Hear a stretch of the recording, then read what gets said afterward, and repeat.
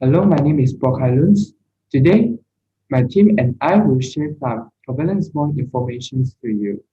Before that, please allow my teammates to introduce themselves. Hello everyone, my name is Preames A Narayanasamy and my matrix number is 203575. Hi, my name is Shazrul Nizam and my matrix number is 20907.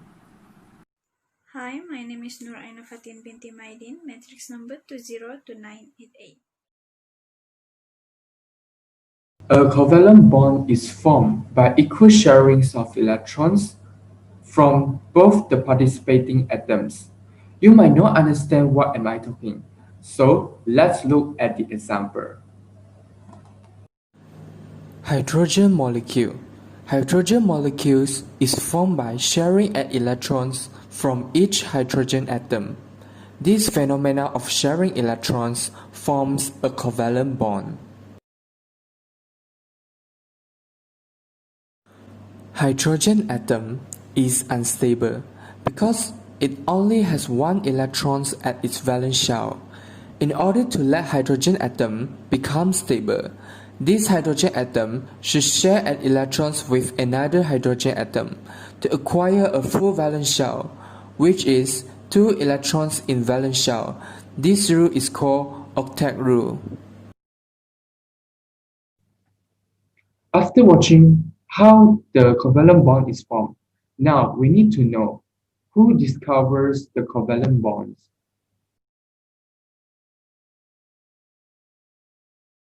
Gilbert Newton Lewis is discoverer of covalent bonds. Gilbert Lewis first described covalent bonding using what is now known as Lewis diagram, where the dots representing electron surround the nucleus, symbolized by the element symbol. Single bonds, 2 electrons are shared. Double bonds, 4 electrons are shared. Triple bond, 6 electrons are shared.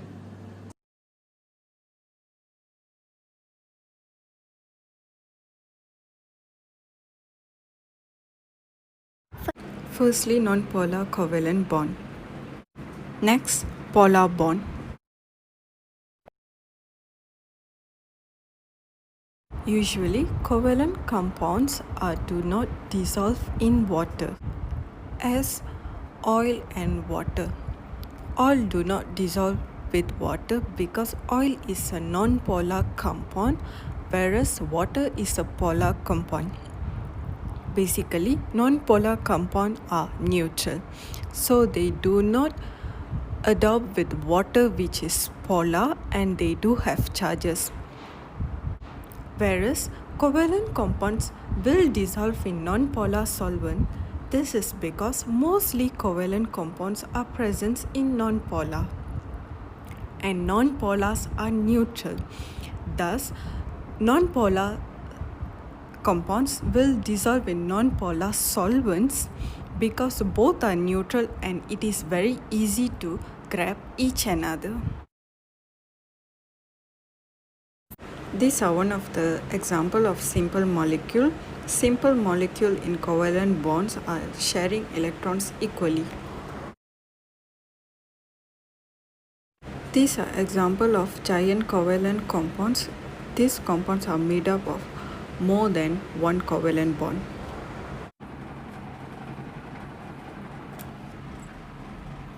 Usually, covalent compounds have very low melting point and boiling point.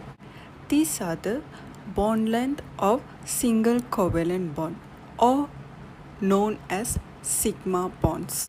These are the list of single bonds, double bonds and triple bonds. There are also available the bond length of all the 3 bonds. As you can see, as the bonds are increasing from one bond to double bond, the bond length will be decreases. This shows that bond between the single bond compared to double bonds are more stronger than single bond. For simple molecules, they are made up of very weak forces, which is intermolecular forces. To break these weak forces, we need very low energy, thus the melting point and boiling point are very low for simple molecules. On the other hand, for giant structures as carbon compound and silicon compound, they are made up of more than one covalent compounds. For example, carbon. Carbon share with 4 other atoms to form a giant structure. We take diamond as an example. Diamonds are made up from carbon atoms. Firstly, one carbon atom share with another 4 atoms, and it continues until it reach to be a diamond structure, which are very large structure and contain many covalent compounds. Thus, to break this bigger compound, we need more energy, and the melting point and also boiling point will be very high for giant structures. Usually, covalent compounds do not conduct electricity. As an example, simple covalent compounds.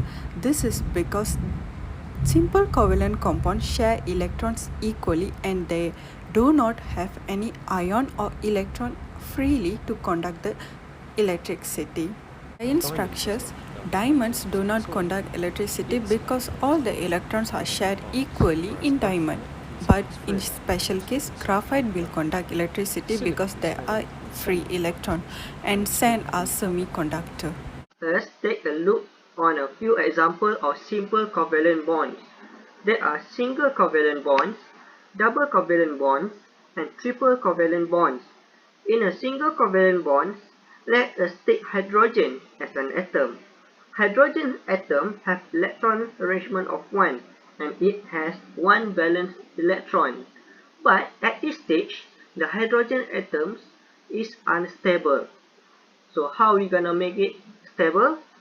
Each hydrogen atom must contribute 1 of electron for sharing. Now, let us do it. Now, both hydrogen electrons achieve the stable electron arrangement. The formula compound of hydrogen, we get H2 is formed. Now, how about the double covalent bonds? For double covalent bonds, let us take oxygen as an example. Oxygen atoms have the electron arrangement of 8 electrons, which is 2 on the first electron shell and 6 at second electron shell. Now, oxygen atom has 6 electron valence. Oxygen atom will contribute 2 electrons each for sharing.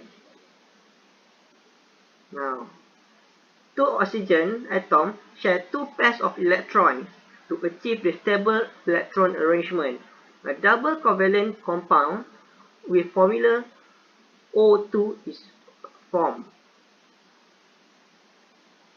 Now, let us move to triple covalent bonds. A triple covalent bond is a bond formed with 3 pairs of electrons is shared between 2 atoms. So, let us take nitrogen as an example. Nitrogen atom. Okay. Before the nitrogen atoms become stable, it is unstable and it has 7 electrons, which is 2 on the first electron shell and 5 on the second electron shell. Nitrogen atoms have 5 valence electrons. Nitrogen atom will contribute 3 of their electrons each for sharing. Now, let us move the nitrogen atoms towards each other. Now, as you can see, 2 nitrogen atoms share 3 pairs of electrons to achieve a stable electron arrangement. Now, a triple covalent compound with formula N2 is formed. These are some of other examples of covalent bonds. Covalent bond is a strong bond and usually joined together by sharing electron between two or more non-metal atoms.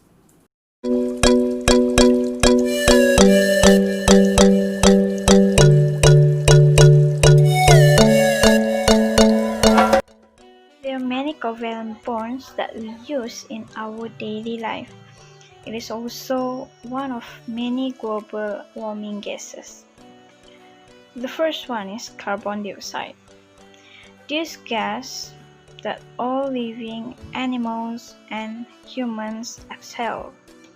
In addition, it is also produced in the combustion process of fossils fuels such as natural gas, coal, and petroleum products, as well as burning of material like wood. The second one is carbon monoxide from the incomplete burning of wood and fossil fuels. During the combustion process, both carbon monoxide and carbon dioxide are produced. If burning occurs in an environment deficient in oxygen concentration, then more carbon monoxide is produced. One is dihydrogen monosulfide. Petroleum industry, paper mill, tanneries, sewage treatment factories, and cook ovens emit this gas to the atmosphere. People also expel these gases when they paste gas. In nature, volcanoes also make this and other sulfur-based gases. This colorless and corrosive gas smells like rotten eggs. The fourth are sulfur dioxide and sulfur trioxide gases. When these gases combine with water, they will produce acid rain. Acid rain can destroy plant life, dissolve materials like marble, and lower pH of aquatic environments. When these gases combine with particles, they will form a black-brown colored coal as an industrial smoke. This type of pollution is commonly seen in industrialized areas.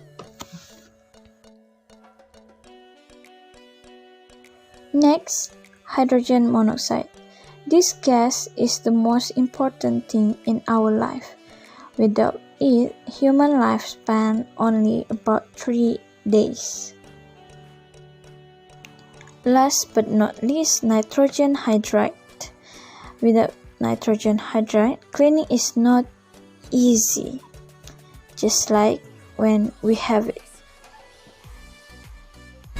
Thanks for watching.